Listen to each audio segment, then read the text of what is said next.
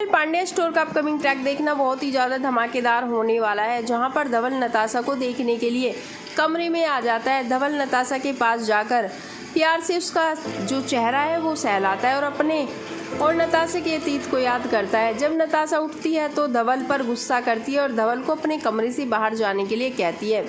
वहीं पर नताशा के कमरे में नवेली छुपी होती है, जो नताशा को धवल को डांटते हुए और अपने कमरे से बाहर जाने का कहते हुए सुनकर बहुत ज़्यादा खुश होती है। दोस्तों, यहाँ पर नताशा की जिद करने पर धवल उसके कमरे से बाहर चला जाता है। धवल के बाहर चले जाने पर नताशा यह कहते हुए नाचने लगती है कि मक्कड़ मकवाना चला गया।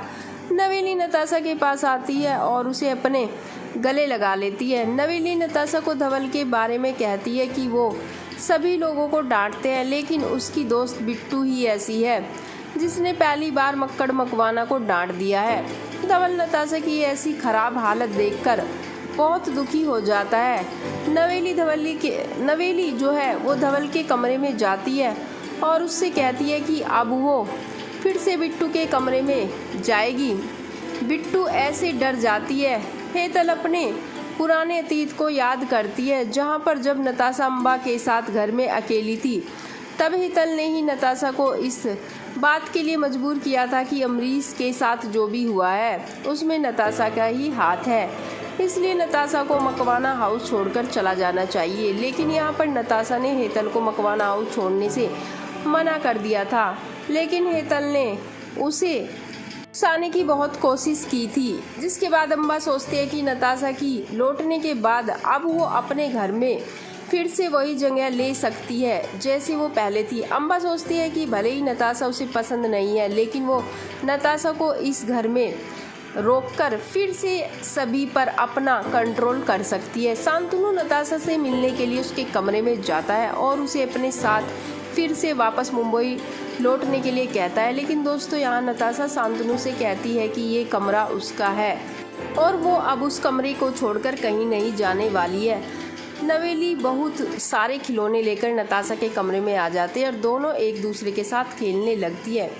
शांतनु धवल से मिलने जाता है और उसे नताशा की हालत के बारे में बताता है। यहाँ पर धवल शांतनु से कहता है कि नताशा भी मकवाना है और वो ये घर छोड़कर अब कहीं नहीं जाएगी।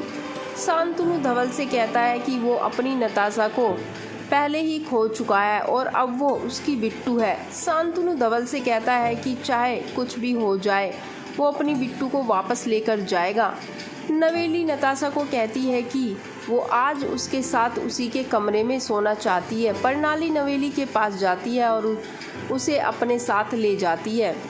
अम्बा प्लान बनाती है कि वो भूत का मुखौटा पहनकर नताशा को डराएगी। अम्बा सोचती है कि वो पता लगा ले कि नताशा सच बोल रही है या फिर झूठ। अम्बा नताशा के कमरे में जाकर उसे डराने की कोशिश करती है।